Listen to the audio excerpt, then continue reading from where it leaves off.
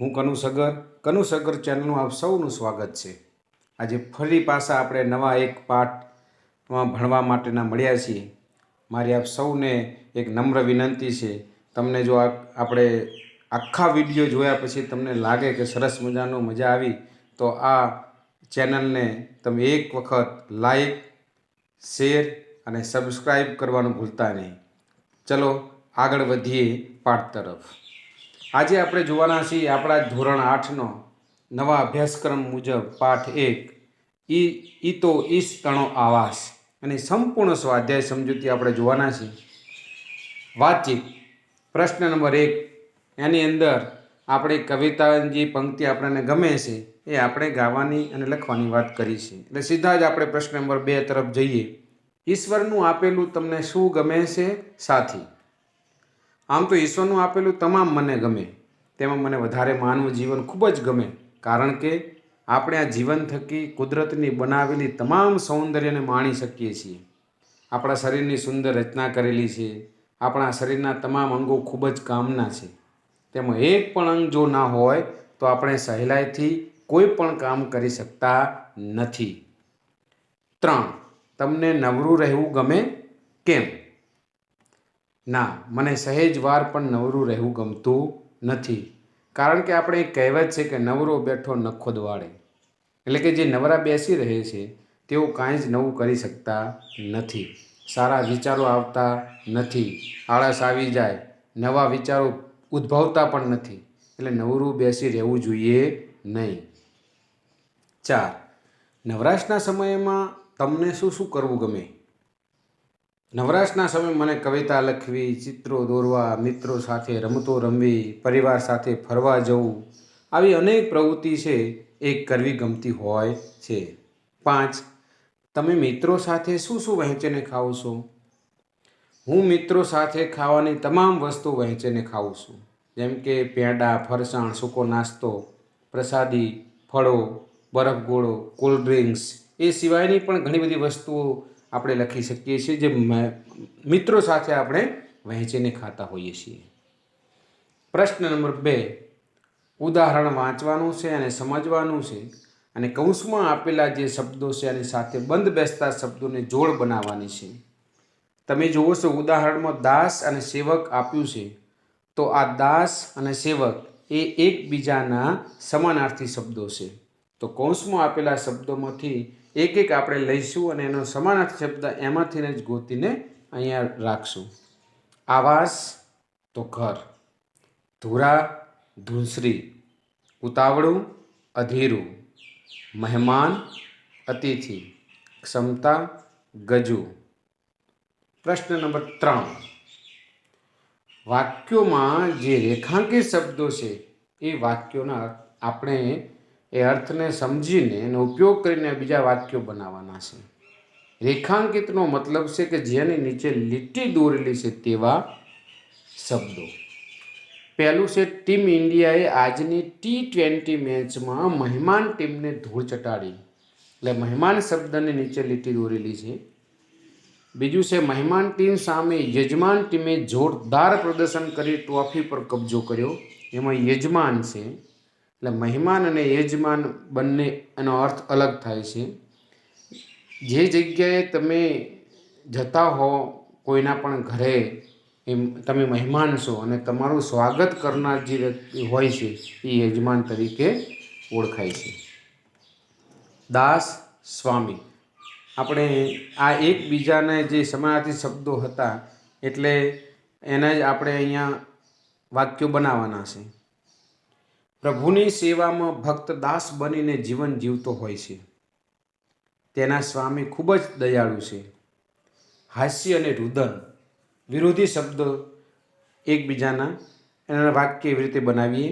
હાસ્ય વિના જીવન નકામું છે, પાપીએ પોતાના ગુના માટે દુઃખી થઈ રુદન કર્યું। ધીરજ ઉતાવળ, ટ્રાફિકમાં વાહન ચલાવતી વખતે ધીરજ રાખવી જોઈએ, ઉતાવળમાં કરેલા કામો મોટા ભાગે નિષ્ફળ જતા હોય છે। 4, અખંડ ખંડિત, સરદારને અખંડ ભારતના શિલ્પી કહેવામાં આવે છે। દેશની એકતા માટે વિચારો ખંડિત ન હોવા જોઈએ. પ્રશ્ન નંબર 4, કાવ્યને આધારે એક શબ્દમાં જવાબ આપવાનો છે. અહીંયા તમે એક શબ્દમાં પણ જવાબ આપી શકો છો અથવા એક વાક્યમાં પણ જવાબ આપી શકો છો. કોણ સ્વામી કે દાસ નથી? તો માણસ સ્વામી કે દાસ નથી.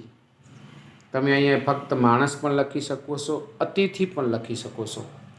આનંદથી શું ખાવાનું છે? ભગવાન જે પીરસે તે આનંદથી ખાવાનું છે.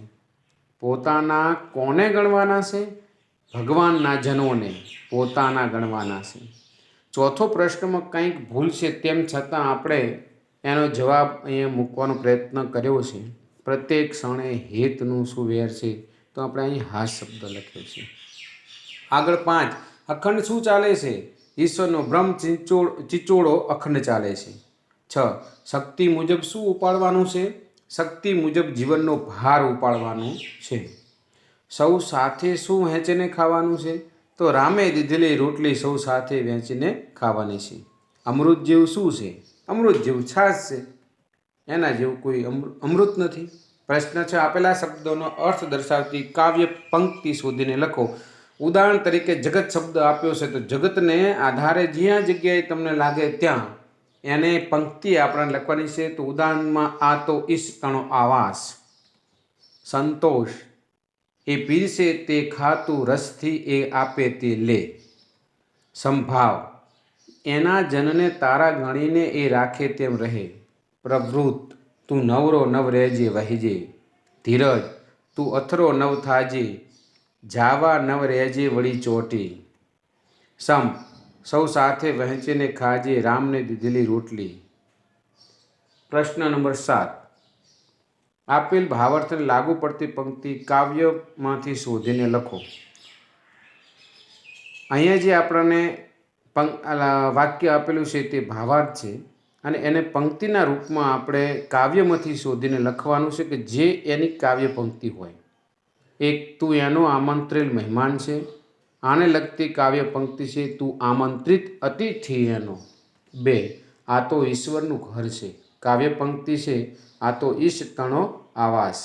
3, એના માણસોને તું પોતાના સમજ. કાવ્ય પંક્તિ છે એના જનને તારા ગણીને એ રાખે તેમ રહે. 4, તું હંમેશા કામ કરતો જ રહેજે. એની કાવ્ય પંક્તિ છે તું અવરો નવ રહેજે. 5, કામમાં કોઈ કસર ન આવવી જોઈએ. તો એની કાવ્ય પંક્તિ છે કામમાં ના આવે કદીએ કચાશ. પ્રશ્ન 8, પ્રશ્નોના જવાબ લખો. 1, ઈશ તણો આવાસ શાને કહ્યો હશે? સાથી. કવિએ વિશ્વને ઈશ તણો આવાસ કહ્યો છે કારણ કે આ સમગ્ર વિશ્વ એક આખું બ્રહ્માંડ એ એનું સર્જન છે. આખા જગતમાં રહેતા તમામ જીવો એના મહેમાન છે. આ જગતની અંદર આપણે ઈશ્વરની ઈચ્છા મુજબ રહીએ છીએ. એ જે આપે તે ખાઈએ અને એ રાખે તેમ રહીએ. 2, ઈશ્વરની કઈ કૃપાની વાત કરી છે? ઈશ્વરે બનાવેલી આ દુનિયામાં આપણે અતિથિ તરીકે રહીએ છીએ. એ આપણને જીવન જરૂરિયાતની તમામ વસ્તુ સામે કાંઈ પણ લીધા વિના આપે છે.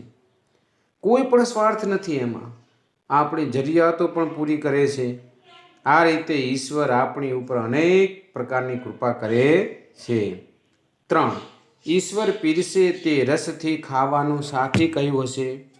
તો ઈશ્વર પીરસે તે રસથી ખાવાનું એટલા માટે કહ્યું છે કે ઈશ્વર આપણી મહેનત અને કર્મના આધારે જે આપણા ભાગ્યમાં લખ્યું છે તે મુજબ આપણને આપે છે, જે આપણા માટે યોગ્ય જ હોય છે અને તેમજ આપણે સંતોષ માનવો જોઈએ. 4, કામ કરવા બાબતે શું કહ્યું છે? તો કાવ્યમાં કામ કરવા બાબતે કહેવામાં આવ્યું છે કે તું નિરંતર કામ કરતો રહે. કોઈ પણ કામમાં આળસ ન કરવી અને કામમાં કચાશ પણ ન રાખવી જોઈએ. 5, વહેંચીને ખાવાનું સાથી કહ્યું હશે? ઈશ્વરે આપેલું ભોજન સૌ સાથે વહેંચીને ખાવાની વાત કરવામાં આવી છે કારણ કે એકલા ખાવા કરતાં બધા સાથે મળીને ખાવાનો આનંદ કંઈક અલગ જ હોય છે.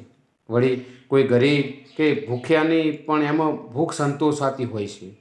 સૌ સાથે ભેગા મળીને ખાવાથી છાશ જેવું સામાન્ય પીણું પણ અમૃત જેવું લાગે છે અને સાથે મળીને ખાવાથી ભાઈચારો પણ વધે છે. છેલ્લે નંબર 6, કવિએ છાશને સુધા જેવી કેમ કહી હશે? તો કવિએ છાશને એટલા માટે અમૃત જેવી કહી હશે કે ઈશ્વર આપણને જે આપે છે તે આપણા માટે યોગ્ય જ હોય છે. વળી આ તો ઈશ્વરે આપેલી છાશ જે સ્વર્ગના દેવોને પણ દોહેલી છે, તો આ છાશ આપણા માટે અમૃત સમાન જ હોય છે. તો બાલ દોસ્તો, આ હતું આપણું સંપૂર્ણ સ્વાધ્યાય સમજૂતી. જો આ વિડીયો ગમ્યો હોય તો તમે લાઈક, શેર અને સબસ્ક્રાઈબ કરવાનું ભૂલતા નહીં.